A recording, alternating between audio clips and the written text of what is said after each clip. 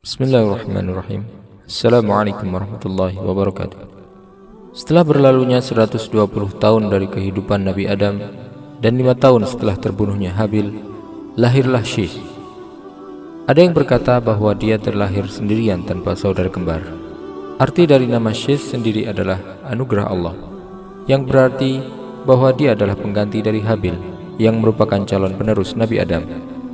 Ibnu Abbas radhiyallahu anhu berkata, dia memiliki saudara kembar, dan menjelang wafatnya Nabi Adam, beliau mempercayakan kepada Syith dan mengajarinya waktu-waktu siang dan malam, serta ibadah yang dilakukan dalam tiap waktu tersebut.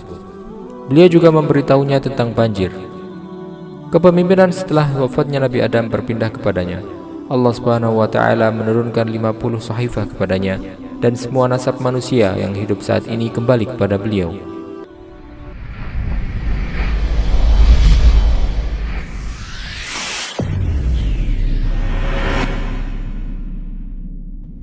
Sofa Media, channel pendidikan Islami terpercaya. Wafatnya Nabi Adam.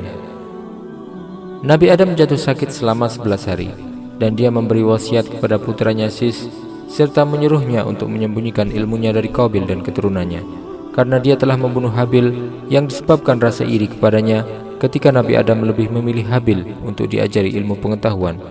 Maka Syith dan anak keturunannya menyembunyikan ilmu mereka, sedangkan Qabil dan keturunannya tidak memiliki pengetahuan yang dapat bermanfaat.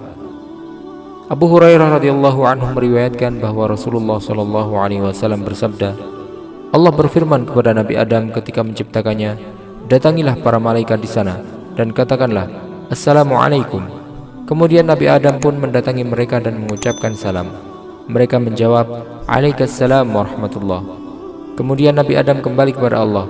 Allah kemudian berfirman, ini merupakan ucapan salammu serta ucapan salam keturunanmu di antara mereka. Kemudian Allah SWT menggenggam tangannya dan berfirman, ambil dan pilihlah. Adam pun menjawab, aku lebih memilih sebelah kanan Rabbku, dan kedua tangannya adalah kanan. Ketika Nabi Adam membukanya, ternyata di dalamnya ada gambaran Nabi Adam dan semua anak keturunannya, dan bahwa setiap orang di antara mereka telah dituliskan ajalnya, serta bahwa ajal Nabi Adam telah tertulis bahwa umurnya sampai 1000 tahun. Kemudian Nabi Adam melihat ada sekelompok orang yang bercahaya. Dia pun bertanya, wahai Rabb, siapakah mereka yang bercahaya ini? Allah menjawab, mereka adalah para nabi dan rasul yang aku utus kepada para hambaku. Nabi Adam melihat ada seorang lelaki yang paling bercahaya di antara mereka, tapi umurnya tertulis hanya 40 tahun. Maka Nabi Adam berkata, wahai Rabb, ini adalah orang yang paling bercahaya, hanya engkau tuliskan baginya umur 40 tahun. Setelah Allah memberitahu bahwa orang tersebut adalah Nabi Daud, Allah berfirman, itu adalah yang kutuliskan baginya. Maka Nabi Adam berkata, wahai Rabb, kurangilah umurku 60 tahun dan berikanlah baginya. Rasulullah SAW bersabda, ketika Nabi Adam diturunkan ke bumi setelah dikeluarkan dari surga, beliau senantiasa menghitung sisa umurnya. Maka ketika malaikat maut mendatanginya untuk mencabut ruhnya, Adam berkata, engkau datang terlalu cepat wahai malaikat maut, umurku masih tersisa 60 tahun lagi. Maka malaikat maut berkata, sudah tidak tersisa, umur tersebut dulu telah engkau sampaikan kepada Rabbmu untuk diberikan kepada keturunanmu Daud. Nabi Adam menjawab, aku tidak pernah melakukannya. Rasulullah SAW bersabda, Nabi Adam lupa, maka demikian pula dengan anak keturunannya yang juga lupa.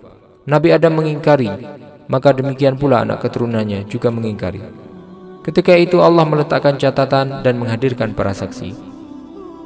Diriwayatkan pula dari Ibnu Abbas radhiyallahu anhu bahwa beliau berkata, ketika turun ayat tentang aturan perhutangan, Rasulullah SAW bersabda, sesungguhnya yang pertama mengingkari adalah Nabi Adam sebanyak 3 kali.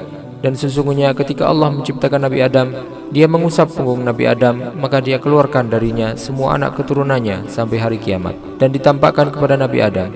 Nabi Adam pun melihat ada seorang yang bercahaya. Dia bertanya, wahai Rabb, siapakah anakku ini? Allah menjawab, dia adalah anakmu Nabi Daud. Nabi Adam bertanya, berapa umurnya? Allah menjawab, 60 tahun. Nabi Adam berkata, tambahkanlah umurnya. Allah SWT menjawab, tidak, kecuali kalau kau ingin tambahkan. Umur Nabi Adam adalah 1000 tahun. Kemudian dia memberikan 40 tahun untuk Nabi Daud. Maka Allah membuat perjanjian dan memanggil malaikat untuk menjadi saksinya. Ketika Nabi Adam akan meninggal, malaikat datang untuk mencabut ruhnya. Dia pun berkata, "Umurku masih sisa 40 tahun." Malaikat menjawab, "Engkau telah memberikannya kepada anakmu Daud." Nabi Adam berkata, "Aku tidak pernah melakukannya. Aku tidak memberikannya apapun." Maka Allah menurunkan perjanjian dan menghadirkan para saksi. Kemudian umur Nabi Adam disempurnakan menjadi 1000 tahun dan umur Nabi Daud disempurnakan menjadi 100 tahun. Hadis ini juga diriwayatkan dari beberapa ulama, di antaranya Sa'id bin Jubair. Ibnu Abbas berkata, umur Nabi Adam adalah 936 tahun, sedangkan orang-orang Yahudi mengklaim bahwa umur Nabi Adam adalah 930 tahun. Adapun hadis dari Rasulullah SAW dan keterangan dari para ulama adalah sebagaimana yang disebutkan dalam riwayat-riwayat tadi, dan Rasulullah SAW adalah manusia yang paling berilmu. Menurut riwayat Abu Hurairah yang menyebutkan bahwa Nabi Adam memberikan umurnya 60 tahun kepada Nabi Daud, tidak ada perbedaan yang banyak di antara kedua hadis tersebut. Adapun yang disebutkan di dalam Taurat bahwa umurnya adalah 930 tahun, bisa jadi Allah menyebutkan umur Nabi Adam di Taurat selain yang diberikan kepada Nabi Daud. Ibnu Ishaq meriwayatkan dari Yahya bin Abbad dari ayahnya berkata, "Aku diberitahu bahwa ketika Nabi Adam meninggal, Allah mengirimkan kain kafan dan wewangiannya dari surga, serta mengutus malaikat untuk menyiapkan pemakaman dan menguburkan beliau." Ubay bin Ka'ab meriwayatkan dari Rasulullah SAW bahwa ketika Nabi Adam meninggal, Allah mengirimkan wewangian dan kafannya dari surga. Ketika Hawa melihat para malaikat, dia masuk rumah untuk menghalangi mereka. Maka Nabi Adam pun berkata kepadanya, "Biarkan aku bersama para utusan Rabbku. Aku mendapatkan semua yang kulalui ini adalah karenamu. Aku mendapati musibah ini juga karenamu." Ketika dia meninggal, para malaikat memandikannya dengan bidara dan air secara ganjil, serta mengkafaninya dengan pakaian yang juga berjumlah ganjil. Kemudian mereka menggali kubur dan memakamkannya, dan berkata, "Ini adalah sunnah untuk anak keturunan Adam setelahnya." Ibnu Abbas berkata, ketika Nabi Adam meninggal, Syis berkata kepada malaikat Jibril, "Salatilah dia." Malaikat Jibril pun menjawab, "Majulah kamu dan salatilah ayahmu." Kemudian dia bertakbir sebanyak 30 kali. Yang 5 kali adalah salat jenazah, sedangkan yang 25 kali adalah karena keutamaan Nabi Adam. Ada yang mengatakan bahwa Nabi Adam dikuburkan di gua di Gunung Abu Kubais yang dikenal dengan Gua Harta Karun. Ibnu Abbas berkata, setelah Nabi Nuh keluar dari kapal, dia memakamkan Nabi Adam di Baitul Maqdis. Nabi Adam meninggal pada hari Jumat, dan Hawa meninggal setahun setelah wafatnya Nabi Adam. Kemudian dimakamkan bersama suaminya di gua sampai peristiwa banjir, yang kemudian dikeluarkan oleh Nabi Nuh dan meletakkan mereka di peti serta membawanya bersama di kapal. Ketika air kembali masuk ke bumi, dia mengembalikannya ke tempat di mana dia dimakamkan sebelum terjadinya banjir. Wallahu ta'ala a'la wa a'lam. Wa sallallahu wa sallama ala sayyidina Muhammadin wa ala alihi wa sahbihi ajma'in.